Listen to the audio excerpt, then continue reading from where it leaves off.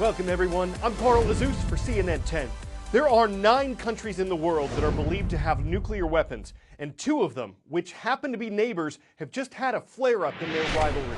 We're talking about the South Asian countries of India and Pakistan. Other governments are asking them to show restraint to try to calm down their tensions. Earlier this month, there was a suicide car bomb attack on Indian soldiers in a territory controlled by India. 40 troops were killed.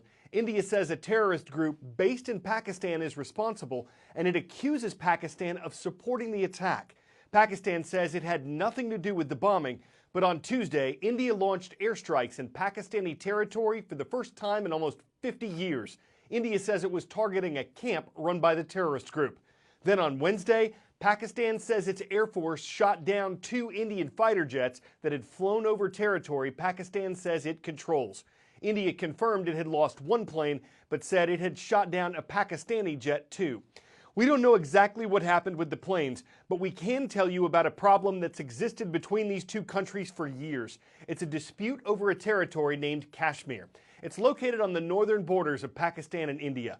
Both nations control parts of Kashmir, but both nations claim that the entire territory should be theirs. It's by no means a new dispute. It's caused fighting and wars between them for decades, including the violence that we've seen this week.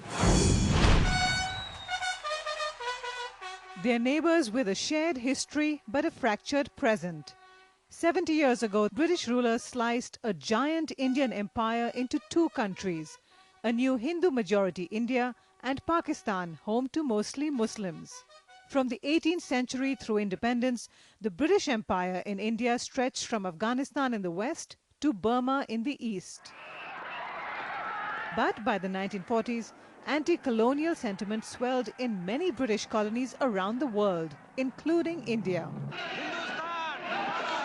Demands for India's independence grew, led by freedom fighters Mohandas Karamchand Gandhi, Jawaharlal Nehru, and Muhammad Ali Jinnah, who favored a separate state for India's Muslim minorities. India was burning. Communal tensions between Hindus and Muslims spiraled out of control. Calls to end British rule were reaching boiling point. On the back of a costly Second World War, Britain lacked the will and the means to defeat the independence movement. Britain decided to quit India. In March 1947, naval officer Lord Mountbatten was appointed the Viceroy of India to oversee the handover of power. He assigned British lawyer Cyril Radcliffe to draw the partition line. In just 6 weeks, he finalized a plan to divide India along religious lines. There would be a new India, a secular India, though it's where the Hindu majority would live, and a separate country called Pakistan for Muslims. On midnight of August 14, 1947, the British Empire officially transferred power to India and Pakistan. After nearly 2 centuries of colonial rule, India became a sovereign nation, and Pakistan was born. Jinnah became head of the newly formed Pakistan. Nehru became the first Prime Minister of India. At the stroke of the midnight hour, when the world sleeps, India will awake to life and freedom.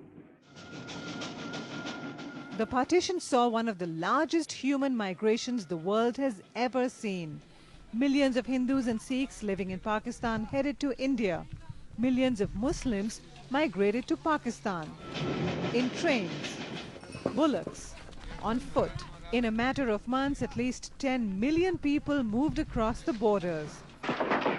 At least 1 million Hindus, Muslims and Sikhs died in communal attacks as they crossed the border. Tens of thousands of women and girls were abducted, families were divided. 24 years later, in 1971, the east wing of Pakistan split away to become a separate country called Bangladesh. The west side remained as present-day Pakistan. India and Pakistan have fought 4 wars since 1947, mostly fueled by disputes over the northern Himalayan state of Jammu and Kashmir. Both countries claim it in its entirety, but only control parts of it. Though both sides have attempted to restore peace many times, they remain hostile, nuclear-armed neighbors even today. Malika Kapoor, CNN, Amritsar, India.